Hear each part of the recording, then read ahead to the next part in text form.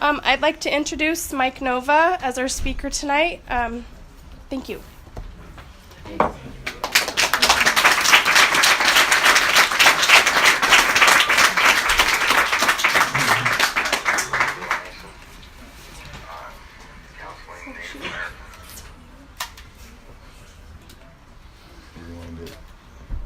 Not your sex tape, right? No.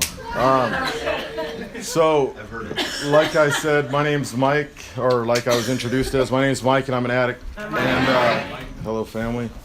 And my wife alluded to it, and I'm just going to get this out of the way.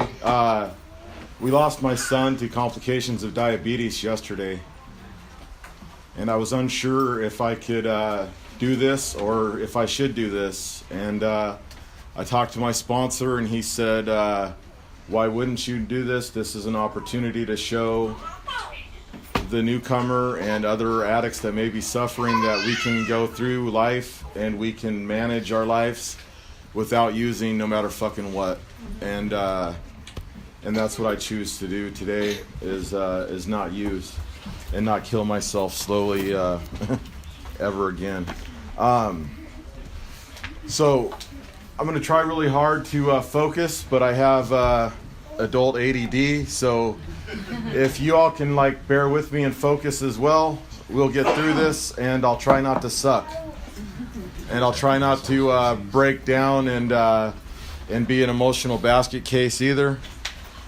Too bad, but I will probably shed a tear because it's my life, and it is what it is, man. So I'm going to try to work out a good balance of not too much of my history, because we've all been there, we've all done that, we know what that is. And I'll share more of my experience, strength, and hope, and what recovery has done to me, for me, and in my life in so many ways. And try not to say "and dumb" too much either. But so I'm 45 years old. I was born. My dad left my mom when I was 1.5 years old, and I think I've struggled with anger and resentment ever since.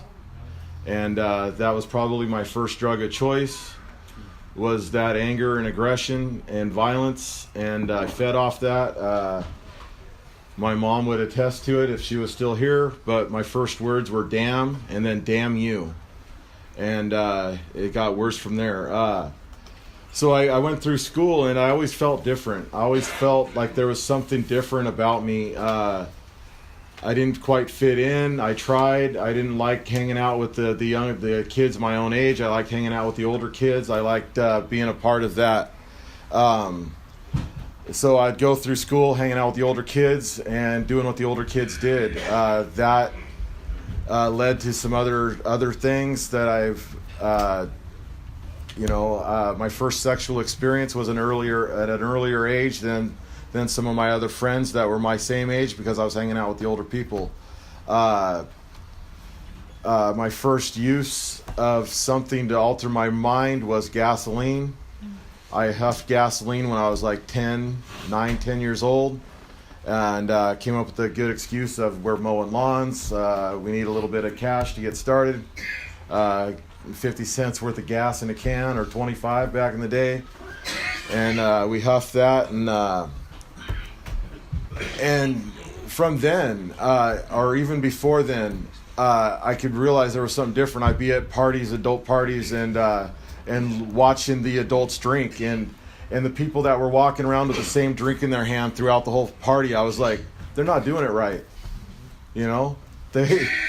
This guy, he's doing it right. He drank the whole thing. There, I want to be like him. That's how you're supposed to do that. That's a man right there. And I would identify with that and go from there.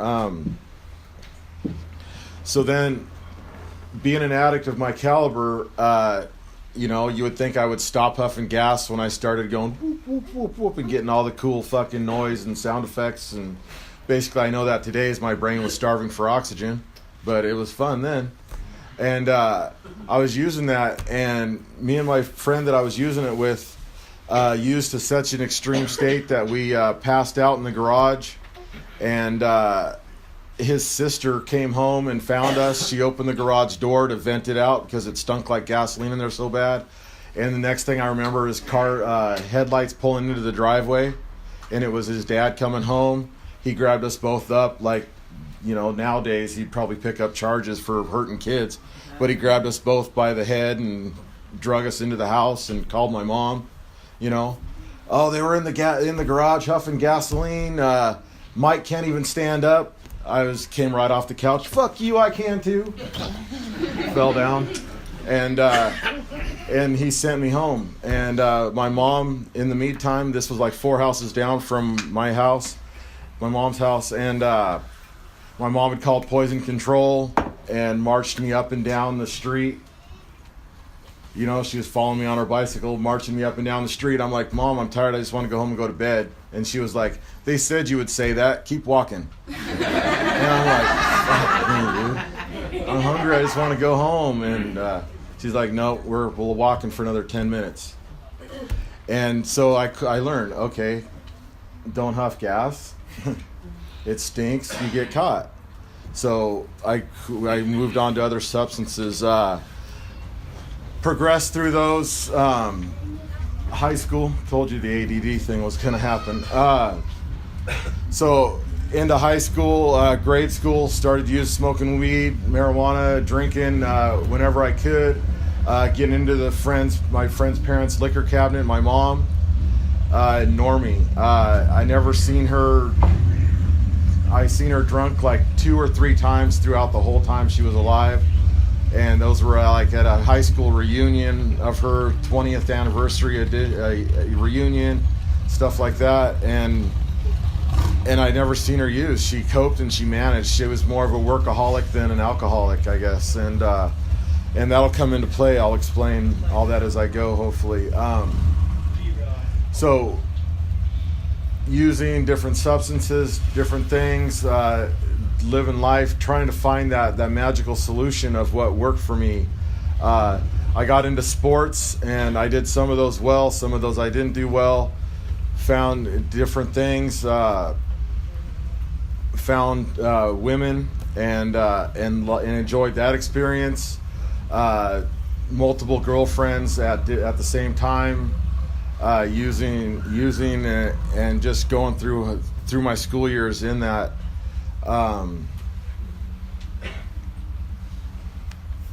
So in that time, like I said, I was trying out all these other sports, and I played organized sports and through like my through middle school and my first year of high school, and then my mom allow me to back up. So I've always been really good at dangling the carrot and achieving things, and I was in danger of failing like the 4th grade.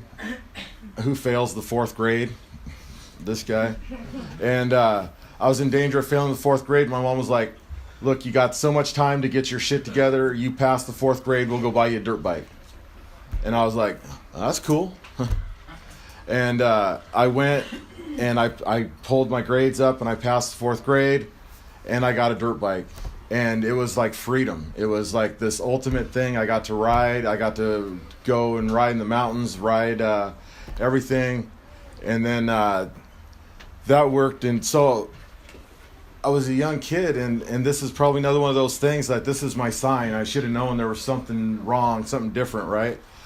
I don't think other kids dream of being like police officers or an astronaut or something like that. I'm riding around in my backyard on this dirt bike, like packing around a satchel like it's dope, and fucking another briefcase full of like Monopoly money and my toy gun and fucking shit. And I'm like, I'm a fucking outlaw, and I'm riding around. This is cool, look at me riding around. And this back corner was the bar. This back corner of the property was the dope man's house. This was the old lady. This was the wife. This was, even then there was multiple women even in this backyard scenario, So it's like I'm rolling around acting all cool. Put my kickstand down, slap my bars to the side. Yeah, what do you want? You coming at me? Crazy like that. And so Just thinking, yeah. So I'm rolling around in the backyard, having a good time and playing around, and then the relief and the freedom that I got from the just rolling around in the backyard and up on the trails wasn't enough. And I heard about this thing called motocross, and I was like, fuck, I want to do that. And we went and I rode my old like trail bike in this motocross thing, and the guys were all on 2-stroke bikes. I don't know if you know anything about them, but 2 strokes are a lot faster than 4 strokes at the same cc, the size of motor. And I'm like, Mom, I need a faster bike. And she was like, again, okay, do this, do that, we'll get this. And I'm like, done. Let's go. I did it that quick, you know. And we went down and I got a 2-stroke bike, a used one, raced that fell apart, and I raced for the next from 86 to 93. I raced and I progressed through the classes, and I started off on a little 80cc bike to 125s to 250s. That's what the big guys were riding. And I was younger than everybody else, and I was competing against grown men in this competitions and this motocross. And my mom, she did what she could. She provided that outlet for me, but she wasn't there. You know, she would like get off work and try to get me to the track, and then she'd have to go back to work, and then she would come back to the track and pick me up. And how are you doing? Did you do good? And I was like, fuck, I just wanted you to watch, you know. And she did when she could, and she did the best she could with what she had, right? But she was working, she was providing a life for us, and buying me this stuff to pursue this dream. And so one time I was racing advanced up, and I was racing 250 intermediates, and that's like the next step before you can go pro, and you had to be so old to turn professional. And I was racing at this race up in the Seattle Kingdom before they imploded it, and I'm going through, and I'm in a corner, and I got my foot planted, and I'm turning off of my foot, and another bike slammed into my ankle and broke both my tibia and fibula. And I laid there staring up at the Kingdom roof, and I was just like, I wish my mom was here, because she was working, you know. And she sent me up there with some friends of ours that also raced, and their parents, and I'm sitting there, and like just this, you know, this roof starts spinning. I'm in pain, and I broke my leg, and I had to have open surgery on the leg, 2 plates and 11 screws to put it back together. And they gave me some pain pills to deal with that.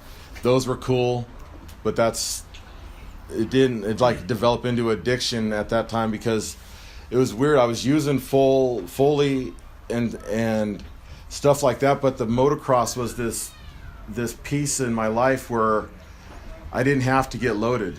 You know, I could get enough adrenaline and enough excitement from racing that I didn't have to get loaded. You know, I didn't have to do that other stuff to get loaded, and I was into that, and I was like managing my use. I'd only use on these days and these days, and if it was the night before a race, I wouldn't use so I could be at my best the next day.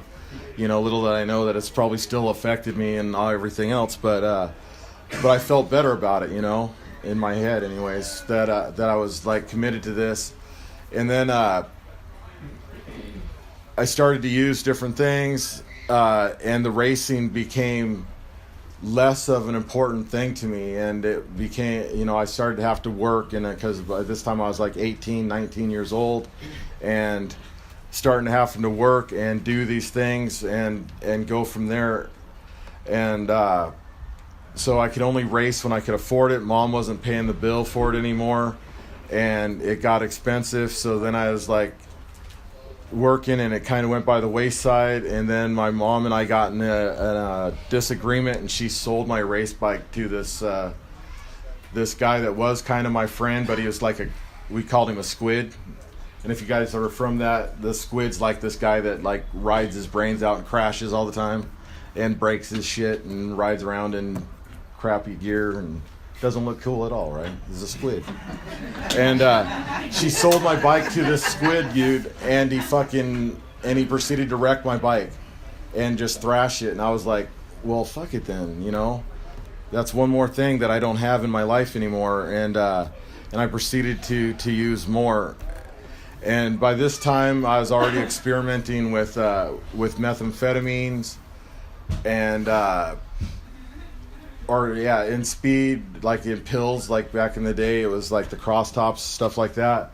And then I still, and I know I've talked about women before, and women are a big part of my story, because at this time I came up with the bright idea that it'd be good for me to move into this house with these two strippers, and it was a good idea, I thought it was a good idea, and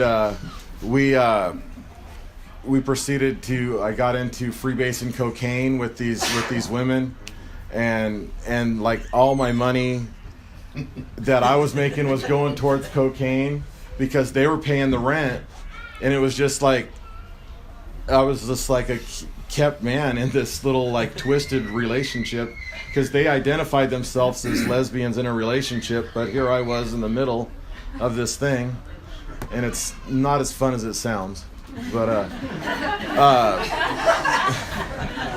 in a way it was, yeah,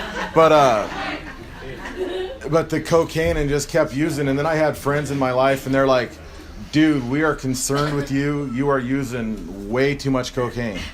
And I was like, oh, okay. I'll try methamphetamines, And again, that's where the substitution comes in. And I started trying to use something else and get away with that. And I switched off of the freebasing cocaine and started using meth, and did that for a while, and selling.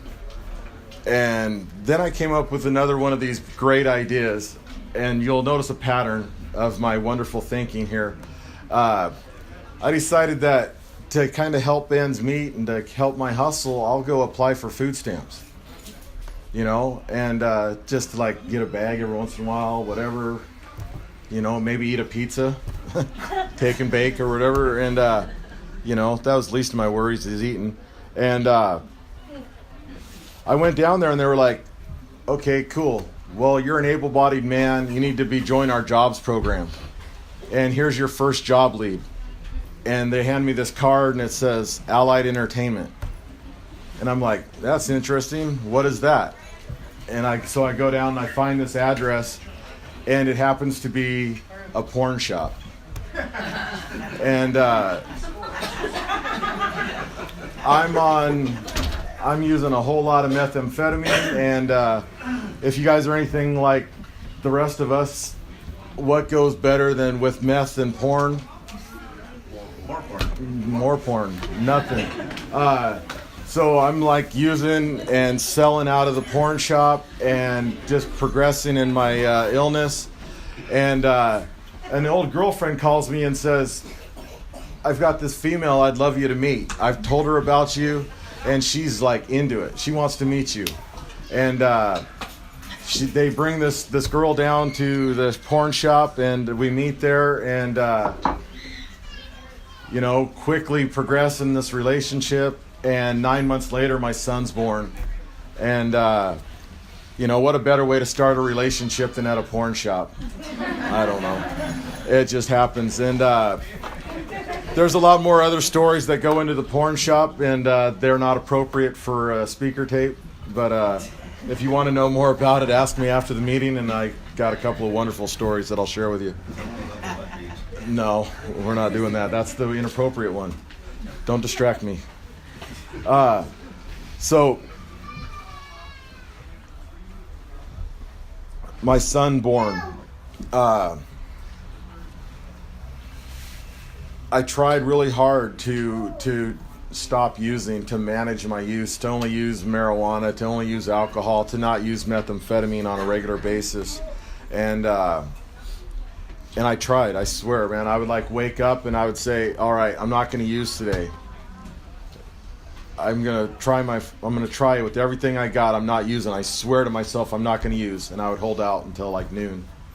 And then I would use. And I did that, and then my son's mom, she left. We separated.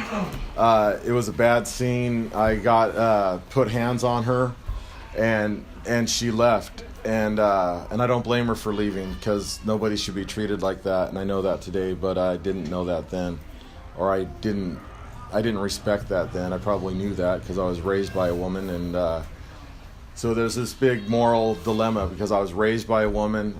I mistreated this woman. I was shown at an early age that women are to be cherished and loved and respected, and here I was in multiple sexual relationships, not faithful, not monogamous, and now I put my hands on this woman. And I'm not trying to justify it by, I didn't hit her, so it wasn't that bad. I slapped her and I choked her, and she spit on me first. But that's not that's not why. I'm not trying to justify it by saying that. That's just what happened, and I went through those things, and I'm doing that, and so she leaves, and my world is destroyed and crushed, and I'm walking through life a zombie, emotional wreck, because my son left, who was my anchor. This is all I had to touch base with the reality every once in a while was my son, and she left and took him with her, and they went away. And so then I'm like at the dope man's house, and he was like, dude, have you ever tried this? This will numb out those feelings really good. And I'm like, what the fuck is that? And he's like, well, it's heroin. And I was like, fuck yeah, dude. Give me that. And I used it, and I was off and running, man. Over the next 5, 6 years, my heroin habit quickly progressed to the point where I was using up to 3 grams of heroin a day, and methamphetamine on top of that. On a good day, I would get cocaine to put in that too. And it was a very twisted mindset that I operated under. It was like, let's see, there's 4 of us and we're all using this, so we need to have at least 5 different substances in the spoon, So let's drop a little acid in there too. That'll be cool. And it wasn't. And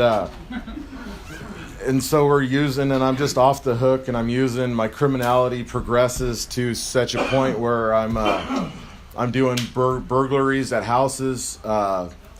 One share with you guys. I broke into this house. And that criminal pride stuff, man. I had that criminal pride. I was like, man, I'm smooth. I'm a good criminal. I don't get caught, and I didn't get caught doing a lot of that stuff. And I went to, and I cased this house for a while, watched this guy's patterns, knew what was going on, and I was robbing dope dealers, basically. So if any of you guys were dope dealers and got your shit robbed and didn't know what happened, sorry. It was probably, I knew something about it. So I'm in this house, and the guy came home for lunch. He never came home for lunch in the whole time I was watching his place. And he came home for lunch, and I've got my pistol with me, and I'm locked myself in his closet, and I'm holding onto the closet doorknob, and I've got my gun cocked and ready, and a bullet in the chamber ready. And if he opens that door, I'm going to shoot him in the face. And there was no doubt in my mind that I was going to shoot him in the face if he opened that door. And I was just sitting there sweating. My heart was racing. I was panicking, and I was just there. And then he left, and I was like, then that cockiness sets back in. That's damn straight. He would have got it, and I put my gun away and got my stuff that I was there for and left. And I'm grateful that he didn't open that door today. I'm very grateful that he didn't open that door, because I don't know how I would have. I know how I would have handled it, and I wouldn't be here today probably. So my criminality progresses, and it keeps going, and so I'm in the middle of my heroin addiction, using that much stuff, and not to be graphic, not to trigger anybody, but I had the syringe in my arm, about to push the plunger down, my phone rings. I proceeded to push the plunger down because, you got a couple of rings, right? Push the plunger down, I answer the phone. It's DHS and the sheriffs, and they call me and they say, your son's mother has just been in a raid. She's being charged with child endangerment. You need to come get your son. And I'm like, oh, okay. Oh, we're good. Let's go. And I went to their house and I got my kid and I proceeded to drag my son through the next several years of his life in my heroin addiction. And I'm not trying to justify that, but my rationale, my thinking was the safest place for my son to be was right here. Because if anybody wanted to hurt him, they would have to come through me. And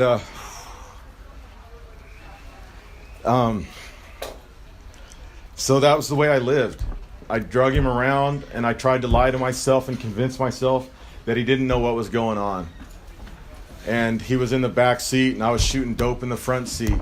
And he was out playing and I was shooting dope over here. And I was introducing him to his new mom every other week. And that is so sad of what we can become accustomed to, what we become used to. He would I introduced him to this female and I'm like, this is so-and-so, Nick. And he's like, are you going to be my mom for the next week? And he's 5. And I'm like, don't blow my game, kid. Scruff his hair up, move along, go play. Daddy's busy. And it's very fucking tragic and sad today. And but I lived that life and I drug him through that. And I proceeded to do that and go. And he watched me hurt people. He watched me kick doors in. He watched me steal property. And again, I lied to myself saying, I don't know, he doesn't know what's going on. And then, Judy loves this story. One wonderful Christmas, one of my family members bought my son a little doctor kit. Little stethoscope, little reflex thing, little fucking play syringe. And I'm like, I woke up from a nod, and where's Nick? And I look on the other side of the couch, and he's got a tie around his arm, and he's playing with that toy syringe. And I was like, no, you don't, dude. And I grabbed the syringe, and I smashed it and broke it, and he starts crying about losing his toy. So I gave him something else to, I was like, here, play with this. And I realized at that moment that I was lying to myself, that he knew exactly what was going on. And I would love to tell you that, that was the moment I got clean, but it's not. I continued to use and continue to do those things. And then I eventually got caught and got charged with some felonies and got taken, told by my PO that I needed to go into treatment. And I went through treatment. She was like, we got an assessment scheduled for you. Go here. I'm like, well, no, I want to go over here. And I told her that I was going to go to Silet's tribal office because I'm native and they're native and they'll hook me up, And I sat down for this assessment and the guy's like, man, you need residential treatment. And I was like, no, I don't. And I got all mad and frustrated and I slammed my chair against the wall. Left, and my son and my mom were out in the waiting room. I was like, it's time to go. Let's go. Take me home. I got to go do what I got to do. And as soon as I walked in, because I'd already signed a release for my PO to talk to treatment, and she calls, hey, how'd that assessment go? I was like, it went fine. It's all good. And she was like, that's not what I heard. You've got a week to get another one, or you're going to jail for good. And I was like, oh, man. So I got another assessment. And another counselor said, you need residential treatment. So I'm like, okay. And I'm doing this math in my head. All right, residential treatment, 30 days, spin dry, whatever. Maybe I'll just use this as an opportunity, blah, blah, blah, do this, do that. And because I'd gone to detox before with limited success and no success, really. And I was like, I can just use this, and so my mindset kind of shifted to more of a I can use this as a tool and just stop using hard drugs, and I can drink and smoke marijuana when I get out of treatment, and I can manage those things, and everything will be fine. And I got into treatment, and they dealt with my anger. They dealt with my anger and everything else. And so I'm going into treatment, and this counselor, and I think this is motivation for what happens later, and I'll get to that. So I go in there, and my first assigned counselor's sitting there with me, and she's going over my assessment, and she's reading, and she's like, reading a little bit more. And I'm like, still angry, still mad. I'm like, what's wrong with your lips, bitch? And she's like, excuse me? And I'm like, well, you keep reading and you keep going, what the fuck? And she's like, well, it says here that you're native, and natives don't have a very high success rate in treatment. And I was like, okay, what's your point? And then she says, and it says down here that you're a heroin addict, and heroin addicts don't have a very high success rate in treatment. And I was like, well, you just motivated me. I'll show you. I'll stay clean out of a fucking resentment now. Watch this. And I went through treatment, and I graduated, and I got picked up by my buddy as soon as I got back into town, and he had a bottle of Jim Beam, and we toasted and drank that Mad Mike wasn't a junkie anymore.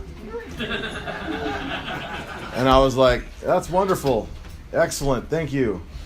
And I proceeded to drink and use or drink and smoke marijuana for the I went into treatment January 15th of 2000, and I'd gotten out like 28 days later, and so we're now into February, and I'm using, like, every day I'm drinking, every day I'm smoking weed, and just lying out my ass to residential, to outpatient treatment, follow-up treatment, doing that.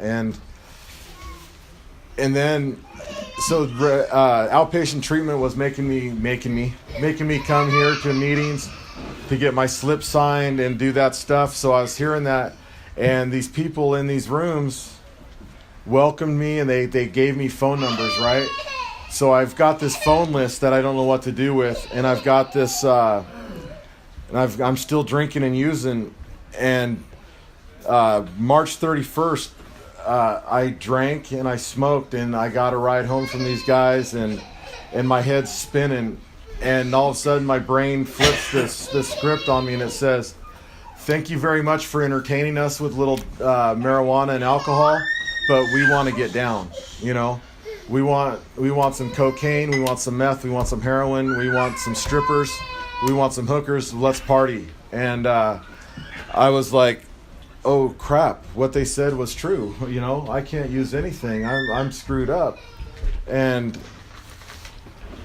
so that at that moment, it was the first time that I prayed to my higher power. I had no idea what my higher power would become. I had no idea what my higher power was. I just knew that there had to be something out there. And I was like, all right, if you're out there and you're listening, I'll make a deal with you. Higher power making deals, right? And I'm like, all right, well, I'm going to go back and forth on these drug numbers that I got and these NA numbers, and whoever answers first, that's where I'm going. Does that sound like a deal to you, higher power? Sounds like a bet I'm willing to make. You're on. And being a drug addict of my caliber, the first number I called was a drug number.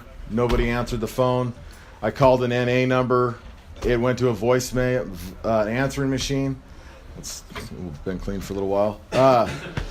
I didn't have enough courage to leave a message, so I called the next drug number. Somebody answered there. They picked up the phone. Hello. I started running my game because I didn't have any money. I'm like, yo, this is Mike. What's going on? How you doing, man? It's been a while, right? And they're like, is this like long-haired Mike, angry all the time, Mike? And I'm like, why, yes, it is. How are you? And he was like, dude, you still owe me $500. Oh, wrong number, not me. Click. And I hung up the phone, and the next number that I called, this guy's still clean. I work with him. His name's Charlie. A little name drop for you guys. So I called Charlie. He was like the next one on the NA phone list, and he answers the phone, and he goes, and I tell him what's going on, and he says, "Sounds like you need a meeting." And I was like, "Okay, I don't have a ride." And he's like, "Well, I can be at your house and come get you. I can be there in 15 minutes. Just tell me where you're at." And like, again, and this is part of this insanity that I experience and that I live with. I got voices in my head sometimes, and one of the voices was like, "Lie to him, lie to him. Don't tell him where you're at. Duh. What are you new? Lie to him." And the other voice was like, "Just tell the truth."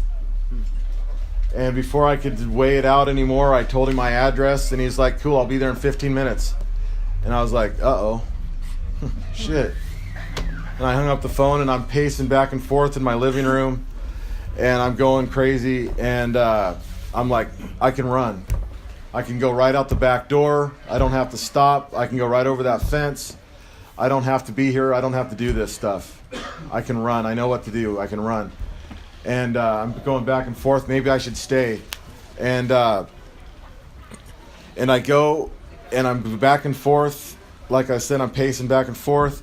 And there's a honk outside, and it's only been 10 minutes. Right? I look at my watch. That's only 10 minutes, that liar. Man. So I go out, and I get in the car, and I come to a meeting. And I sat in that meeting with a clear head, or a clearer head, for the first time in a long time, and I heard something. I heard a message of hope and a promise of freedom, right?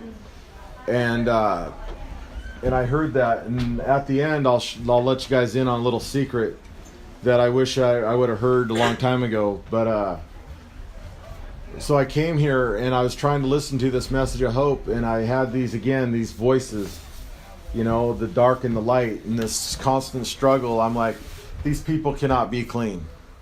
They are smiling. They're happy. They appear happy. They got to be on something. They figured out a way to do it. They figured out a way to use and get away with it. I don't know what the heck's happening here, but they figured it out. And but I just kept coming, and I kept being here, and I kept coming to meetings, and I kept experiencing the fellowship coming in, and people loving me until I could love myself, which was completely alien to me. I didn't have any idea of what unconditional love was. That all those different relationships, all those different women, I didn't know what love was.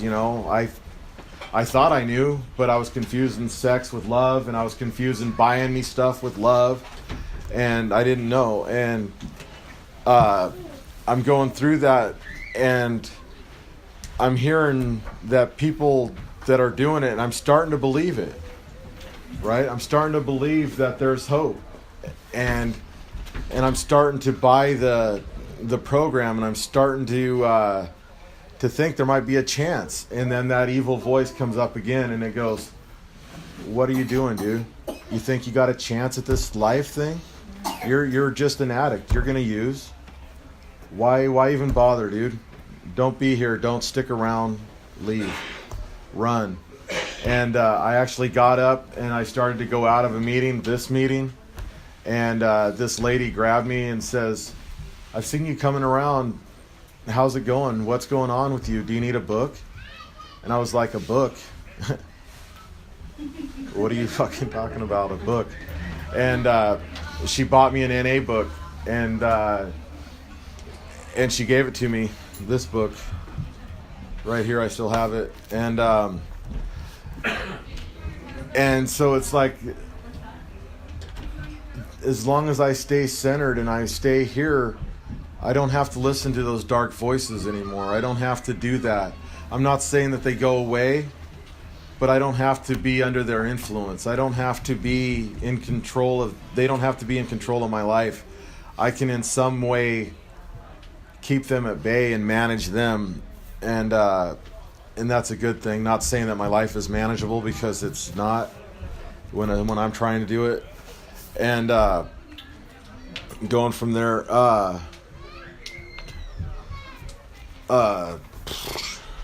another moment, sorry. So I get clean.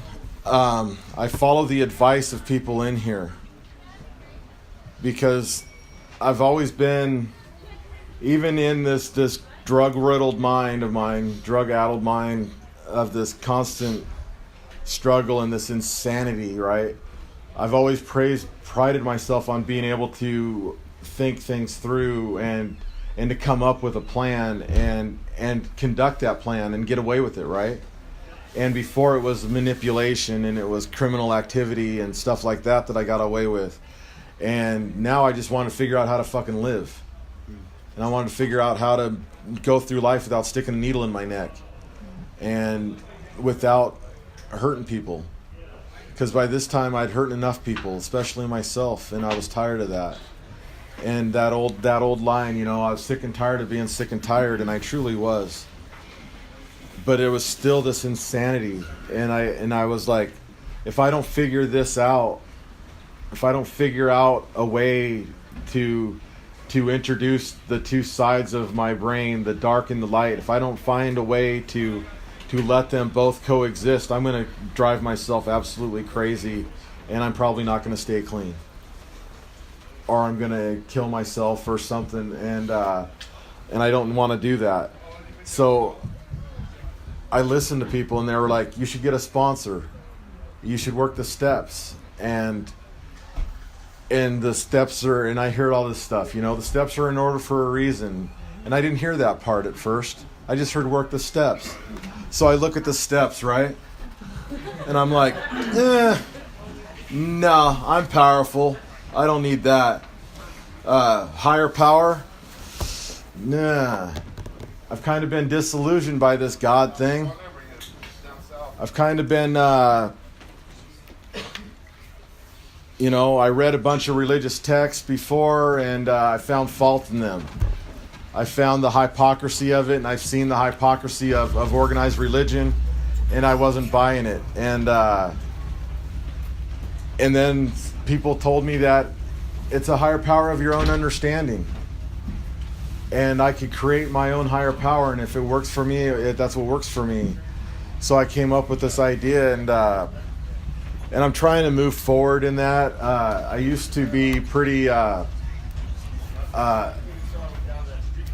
how would you say it, honey? An ass about people that would drink the Kool-Aid of organized religion, and I was doing another speaker meeting, and I was at a church, and I referred to the higher power that a lot of people get into as the skinny white dude on a stick, and that offended some people. And if that offends you now, I'm sorry. Maybe you should write about it, or you can write about it.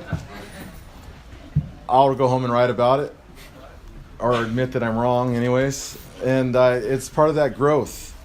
So I developed my own sense of a higher power, and it works for me. And then it comes in line with some other beliefs that were part of that it was missing from my life, some cultural stuff. And I owe that all to my first sponsor, and working through this with me and guiding me in my recovery and being patient with me, because I was a mess. When I got here, I was a mess, and I was spiritually, physically, emotionally broken, damaged goods, and I came here and I got this stuff.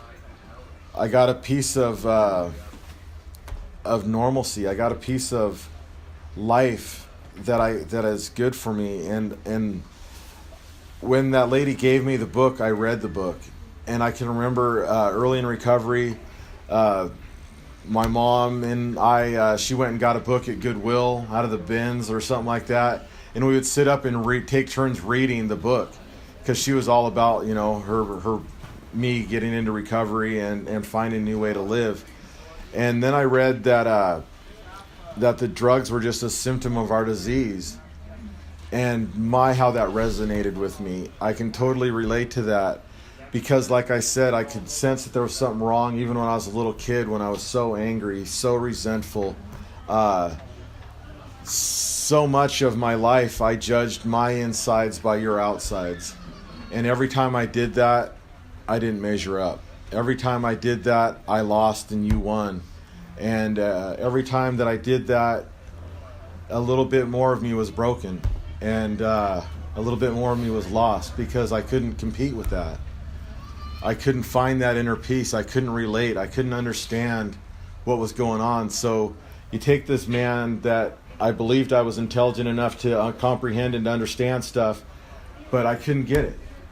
And I couldn't understand. And so there was this internal conflict again of like, you think you're smart, but you're not. You think you're this, but you're not. You think you got a chance at this thing called life. You're lying. You give up on yourself, man. You're gonna end up where you all end up, broken, prison, dead. And I learned, like I said, I learned how to deal with that and to cope with that, and I found that way through the steps up. Man, I just totally fucking sidetracked myself. Sorry. Back to working the steps in order. And here's a little another tidbit story for you. So I'm going through these, not these, but the NA ones that are back there. And I'm looking at the steps and I'm like, all right, don't need that, can't do that, don't understand that one. Say I'm sorry. I can do that. I've been saying I'm sorry forever, right? For a long time I've been saying I'm sorry. So I get the bright idea. Here's another one of those things, right? Where I'm thinking, I'm like, I got an idea.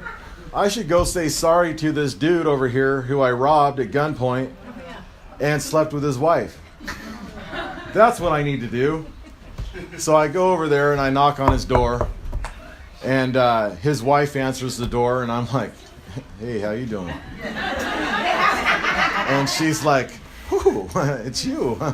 Where you been? And I'm like, well, I'm clean now, and I'm working this program. Lie.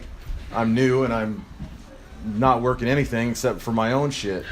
And I was like, I'm not going to name his name because he's not one of us, and he wouldn't appreciate that probably. But I go, is your old man here? Is he here? And all of a sudden a gun comes out from behind her, double barrel shotgun, like this. And he's like, you need to get off my porch. You're still, I don't care what you're doing, who you think you are, blah, blah, blah. You're still a big dirt bag. Get off your porch. And that's when the indignant fucking attitude of myself comes back into play. I'm off his porch and I'm like, you ain't got the guts to pull that trigger. You and I both know that.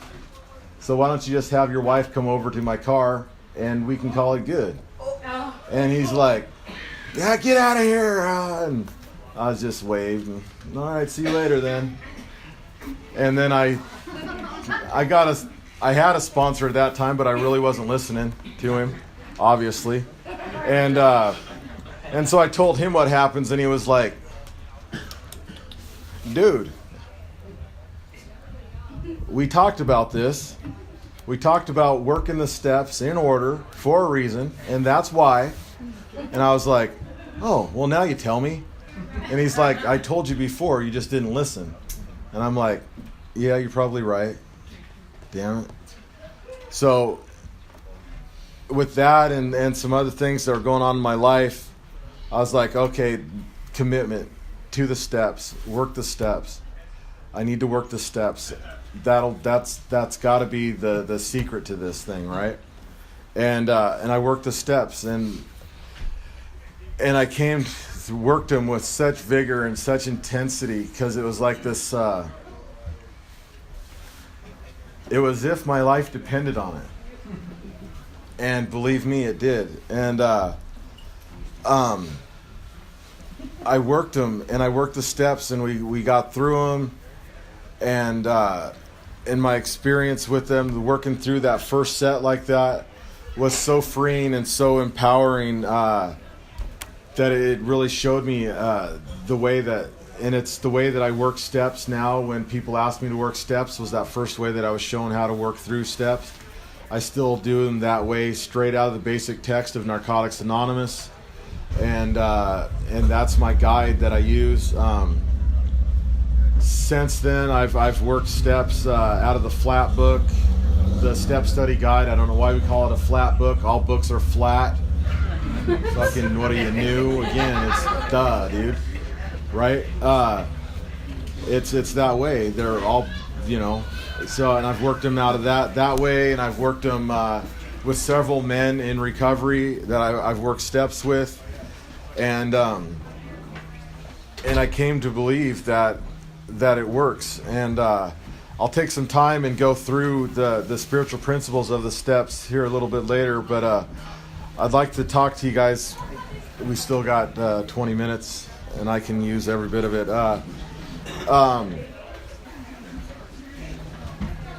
So what I've learned in this program is how to feel feelings, and that my feelings aren't gonna destroy me.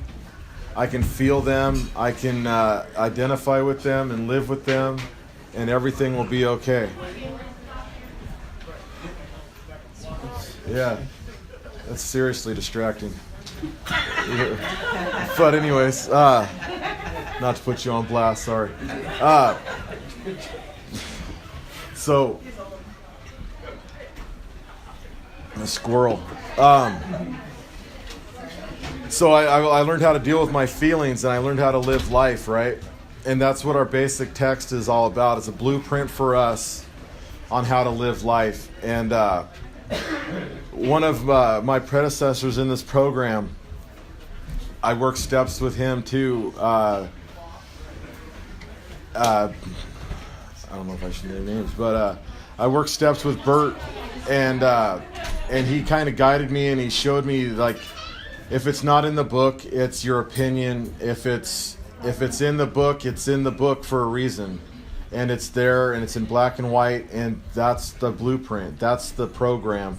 That's what we need to have in our lives to change our lives, to be things that we need to be productive, to be a productive member of society, like it says. And so I worked through that and did that in such a way, and it's quite the learning experience. And like I said, I work steps in several different ways with several different guys, and each time that I work through the steps, I get a different sense of myself, a different sense of the spiritual principles in the steps, and I grow from that.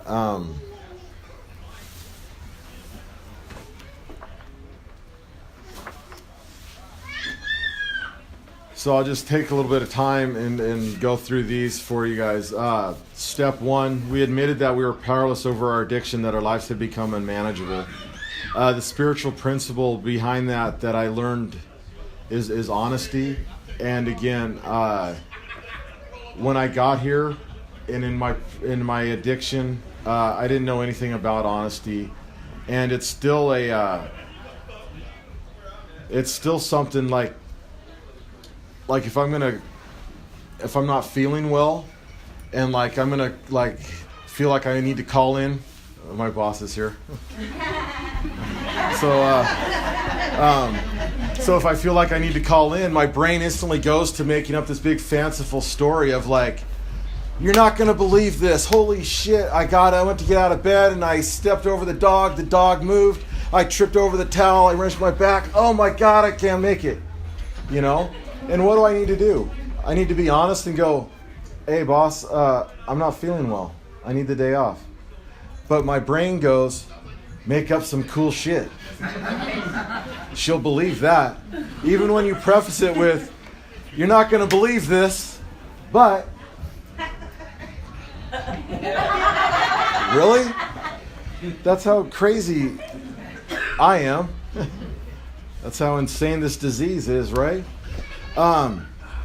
So today I learned how to be honest, and I can be honest, and I can share with you guys so many opportunities that I've had to be honest in this program, and to share honestly with myself, and beginning with myself. knowing what's honest to me and being honest with who I am is a big deal. It starts there for me. So in early recovery, before I'd really bought into this honesty thing, our TV broke, and I was like, we're gonna go get a new TV. So I got my money together, I go and buy a TV. TVs are expensive. Back then it was like 15 years ago, right? So I'm buying this TV and I'm like feeling like they gouged me on the price, blah, blah, blah. So to make myself feel better, I'm gonna shoplift a pen. Because, why? Because I'm stupid, I don't know. Because I'm an addict and I feel like I was taken advantage of, so I'm going to take advantage of the store and I'm going to steal this pen. It's a pretty pen. It was a fancy pen. It was really nice. No, I gave it away. So the TV works for like a week. Brand new TV works for a week. And then it starts flashing on and off.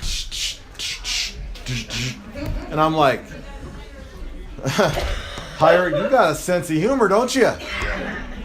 My higher power, sense of humor, that's amazing. So I take the TV back and I turn that in with the receipt and I'm like, I need a new TV. This one's messed up. On my way back to get the new TV, I go by the pen aisle, take the pen, throw it at the shelf. Don't need you. You're broken too. So I took the pen back and then the TV works. The new TV worked good anyway. The old one was still broken. But yeah. Step 2, we came to believe that a power greater than ourselves could restore us to sanity.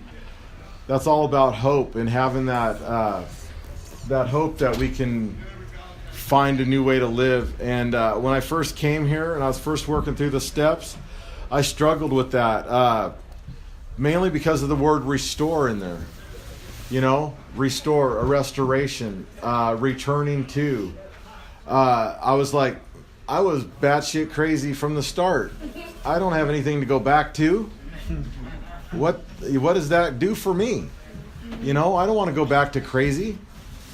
And my sponsor, again, worked with me, had some patience and some tolerance, and explained to me that maybe look at it like you just can engage in normal life. And I really struggle with the word normal too. Normal's a setting on a dryer. Who knew? But normal, you know, I get to suit up and show up. I get to be a part of my life today. I get to do those things. That's sanity for me today. Sanity for me, I get to walk through stuff that normally would have me at a wit's end and have me resort to violence, and I don't have to put hands on people today. And I get to grow and be a part of that. Step 3, we made a decision to turn our will and our lives over to the care of God as we understood Him. That's all about faith, and I touched on that one earlier about having that, developing my own sense of what a higher power was for me. And if you want to know more about what that is, I can talk to you later. Our book states that an endorsement of any one of those would be a violation of our tradition. So my higher power is mine. I developed it. It's for me, and it works. So step 4, we made a searching and fearless moral inventory of ourselves. That's all about courage and having the courage to write that stuff down and take a look. And again, I didn't know, you know, I went through life before, and if you would have came up to me and challenged me, we would have fought. And it didn't matter if you were this or that. And I'm not trying to sound tough or anything like that, but I handled my own, and I've been through a lot, you know. I've been stabbed and cut, not stabbed, but like there's a difference, right? There it is. Yeah. Take it from this one, she knows. I just got cut on my arm because I got out of the way, and that's what my life, you know, to not to sidetrack and get diverted totally, but my life was full of these these near misses, full of these incidences. One of the, and I wasn't going to get distracted, but I need to share this with you guys. In my addiction with that heroin, I got to a place where I was trying to cut down and trying to manage my use, and I overdosed and died like 4 times. Complete flatline, brought back with Narcon and adrenaline straight through my heart, and I pulled out of that stuff. One of those times in particular that was very powerful and very should have been, again, that moment that got me to fucking recovery, but it didn't. I overdosed. My son was playing in the living room. The people that I was partying with cared enough about me and my situation. They took my son next door to the babysitter, came back, started CPR, called 911. They were wheeling me out of the house. By that time, my mom was there because I was living at my mom's house with my son. And it happened to be Father's Day, right? And so I was entitled. It's Father's Day. I deserve a hit of dope, you know? Look, I've been working hard all week, not doing anything. You know, taking care of my kid, that's hard. Shit, responsibility, fuck, I need some dope. So I used on Father's Day, and I overdosed. And my mom's standing on the porch as I'm being wheeled out in the gurney, and she looks at me, and she goes, "Happy fucking Father's Day," as I'm wheeling past her into the ambulance. And then she was like, "Where's Nick?"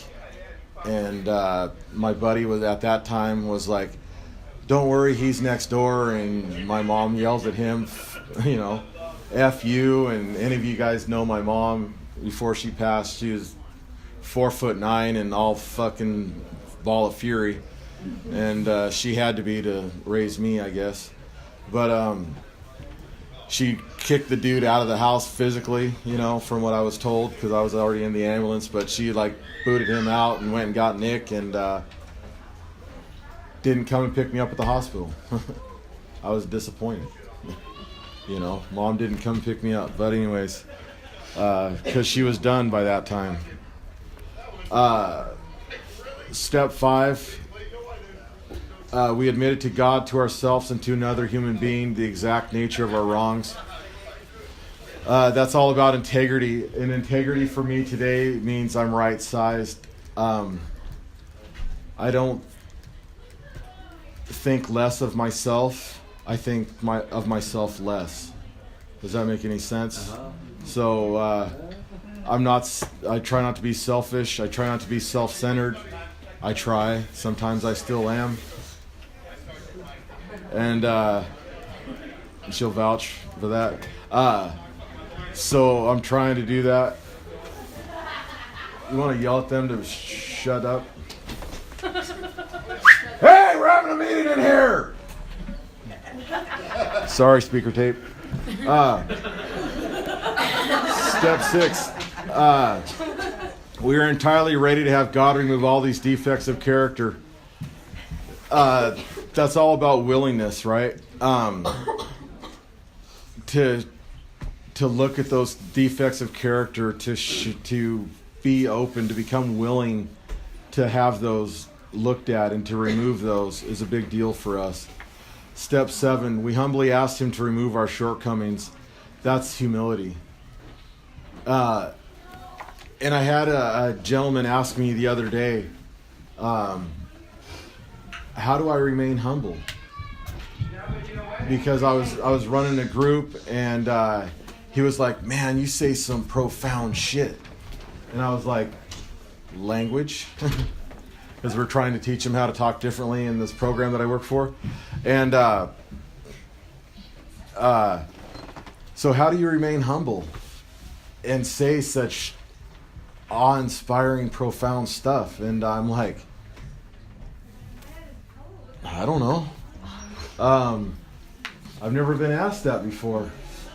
And then I came to this realization. I'm like, well, because a lot of what I say, it's not me. It's my higher power speaking through me. It's stuff that I've heard from other people. It's stuff that I've read. It's stuff that I've learned about.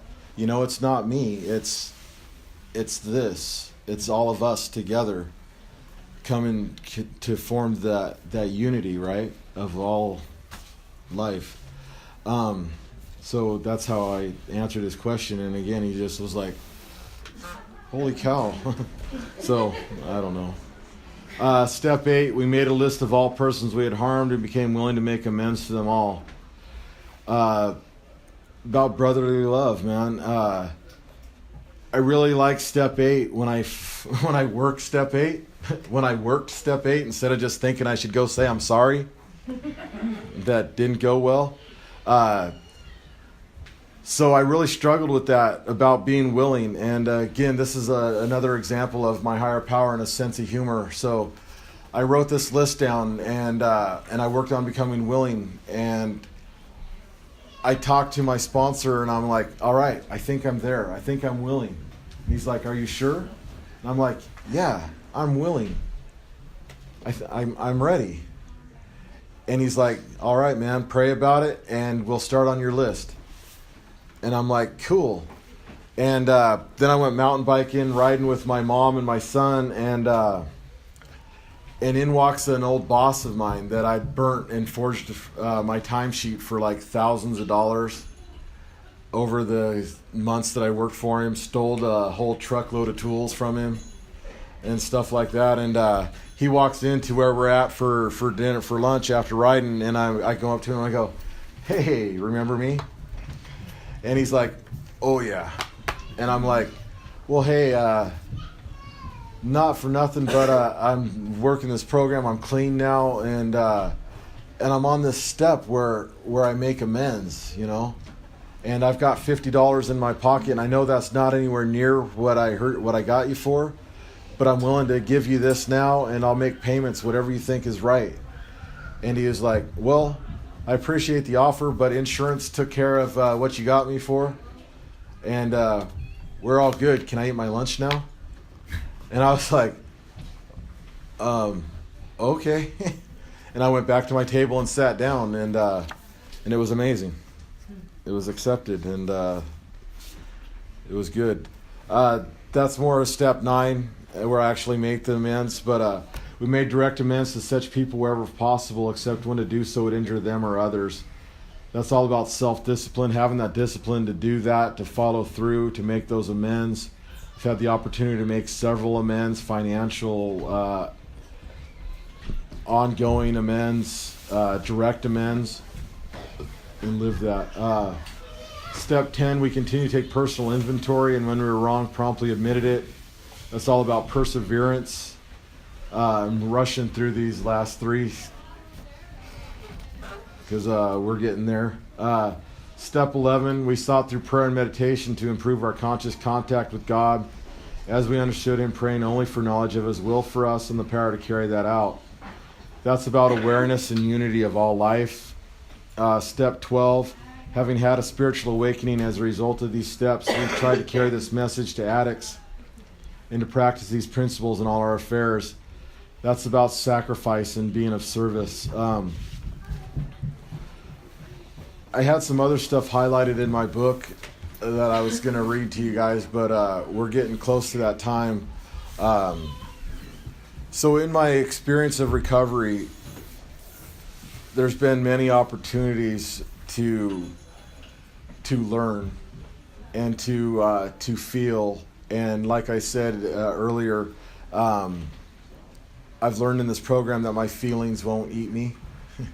My feelings won't destroy me. I've learned how to cry. I've learned how to embrace another.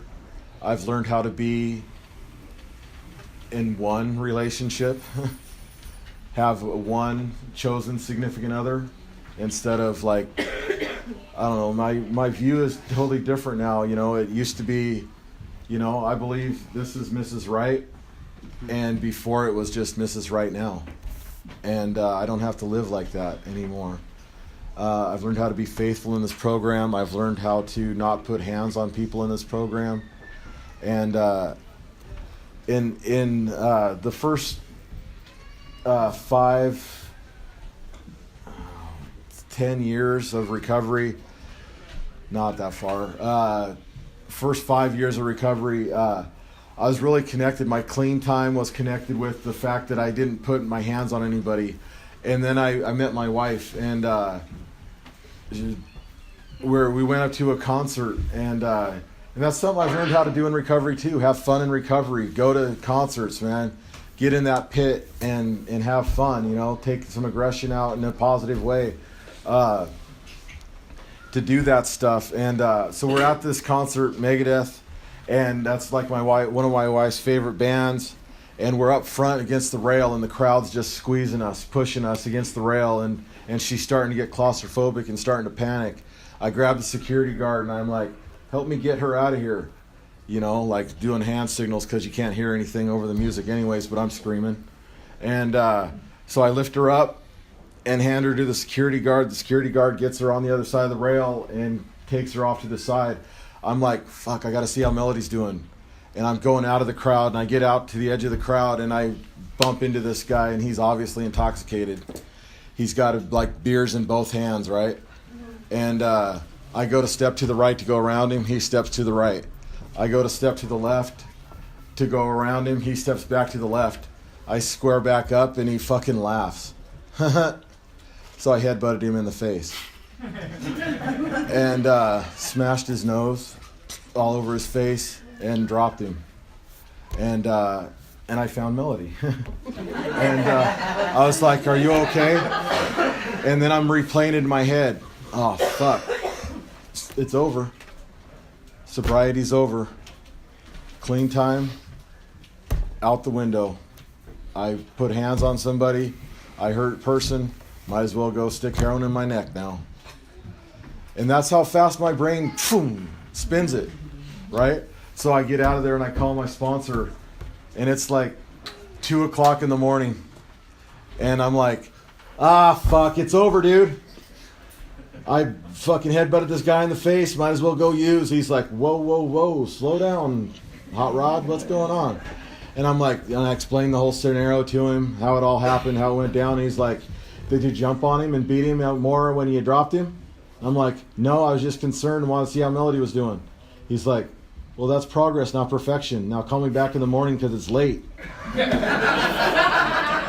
I was like, oh, fuck. Okay. How you doing? Rock and roll. You know, and I went on with my month of my life in recovery, and I didn't have to use, man. And amazing. It was amazing. Something else that I've had the opportunity to deal with in recovery, and this is the caveat for us today. We can live life. We can make it through things, and we don't have to use no matter fucking what. The first several years of my recovery, I lost my great uncle, who was like in recovery, and I didn't even know it. And then once I got into recovery, I recognized, oh, that was an AA book on that dude's table. Whoa, cool, you know?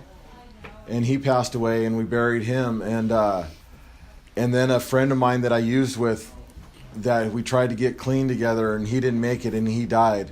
I went to his funeral, and like I said, I've learned how to feel slowly over time in this program. Those first couple of funerals, those first experiences in life, when I was clean, I had to do like a temperature check of the room. You know, we're at a funeral, and I'm like doing this. Okay, they're sad. They're sad. They're sad. Oh, I must be supposed to be sad. Okay, I'll be sad. Poke myself in the eye. Okay, I can be sad. This is me being sad. You know, that's the insanity of our shit. And I've learned to, like I said, I learned how to feel, and I don't have to check the temperature of the room anymore today.